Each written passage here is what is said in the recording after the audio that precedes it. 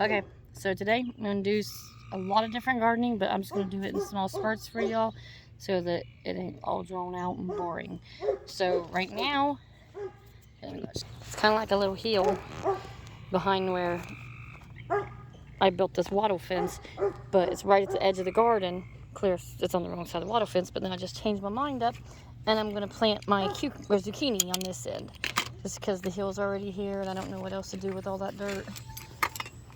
Any of that there good stuff. So I'm just gonna bust it up with this here trowel thing. It's very easy because it's plowed up. And then I'm gonna put some seeds in it. Let's see what I got. Pumpkin. Here's some zucchini that's already opened, but you can see it is zucchini, but it's a well, this one don't say it's non-GMO like pumpkins and stuff do, so shoot, now I don't even know.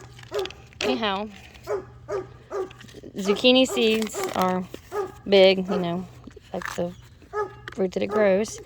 But I'm going to do a couple different hills here. I usually put 3 or so in the hill just to be on the safe side. I'm going to do 4 just because I want to use this pack up, and I only got 1 more hill to go do. So, anyhow, get them in here.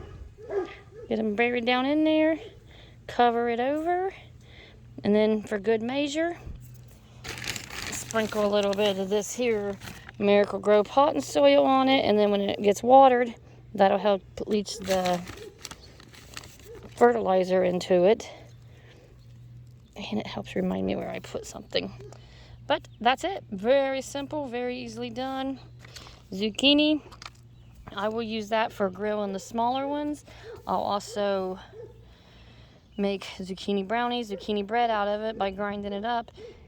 And then I had found a thing on zucchini powder or flour, and you just let the vegetable get really huge, and then dehydrate it, and then you make zucchini flour, and it's used in 1/3 cup portions.